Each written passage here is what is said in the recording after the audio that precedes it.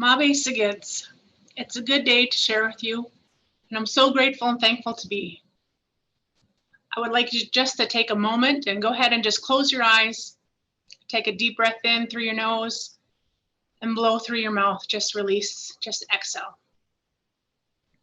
Now, what I want to share with you is what I was taught at a young age along with my siblings via my maternal grandmother, Ophelia White Bear, and my paternal uncle, or my dade, Uncle Mac Wolf. We were taught that you have a spirit, or you are a spirit, and you have a body for just a small time.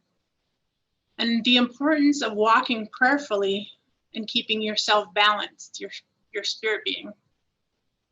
Now, for different reasons, your spirit may wander, and it may be because you traveled.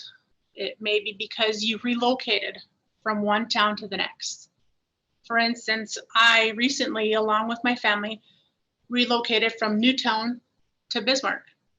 And as we did that, we had to call our spirits out of the house. We had to call 8 spirit beings out of our house. We called each other 3 times. It was difficult, but we got it done. Your spirit may also wander or leave you due to witnessing a tragic event, being abused physically or sexually or emotionally. Your spirit may also wander due to drugs or alcohol. It will take your body out of balance. Some kind of loss or hardship may cause your spirit being to wander or leave you. In order to come back into balance, we're to prayerfully call your being back. And to do that, you want to call your spirit being back 3 times. So this leads me here today to tell you a story about a conversation I had with a young Native girl who lived in the town that I currently live in. She was 9 years old when she first attempted suicide. This little girl had historical trauma, generational trauma, and the effects of US government policy of genocide, all within her veins before she was even born. This young girl was a 3rd child to a young mother who had her first child at 17, her second at 18, and this young girl who we'll call Polly at the age of 19. Polly shared she had her own acute and chronic trauma for years. She was molested numerous times by numerous people. She was nutritionally neglected.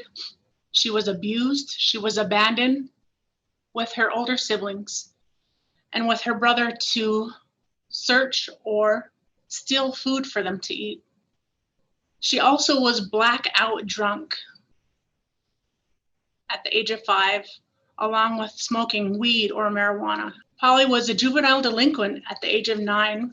This was the first time that she tried or attempted suicide, following a beating by her mother because she was arrested for shoplifting.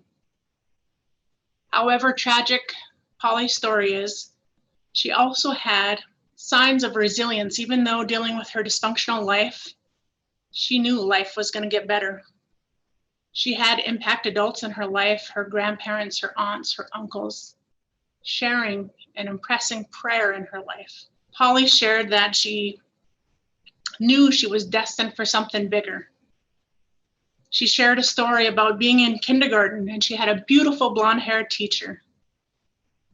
And this teacher shared that they were going to have tryouts for a school play. And Polly, with all her wisdom and her courage, she raised her hand and she said, "I'm going to try out. My mom wants me to try out." And Polly laughing because her mom never knew. Well, Polly became Polly the Dolly. And on that day of the play, she was out playing and she ran home because it popped in her mind that the play was today. She put her mom's blush on her cheeks, her mom's lipstick on her lips, and she ran 4 to 5 blocks to the school. When she got to the school, she walked in and the gymnasium was packed. She made her way to the stage. And as she said her parts, she looked at a toy soldier and she said, "Oh, thank you, my hero." And the crowd roared and screamed with laughter. From that moment on, Polly, aka Mia Nuwudza, first woman, Kelly Cummings McGrady, was set to overcome adversity. She was set to overcome structural oppression, genocide, intersectionality, inequalities, health disparities, and what we now know as adverse childhood experiences, or ACEs. It took years of courage, and now Mia Nuwudza has the strength to go to her childhood home and call her spirit back. Mia Nuwudza, Mia Nuwudza. Oh, Mia Nuwudza. Huga, Kelly. Kelly. Kelly, calling Kelly McGrady out of her childhood home to become more resilient than she had ever been before, myself. Calling one soul, one spirit back is critical to walking whole and to walking in peace with yourself.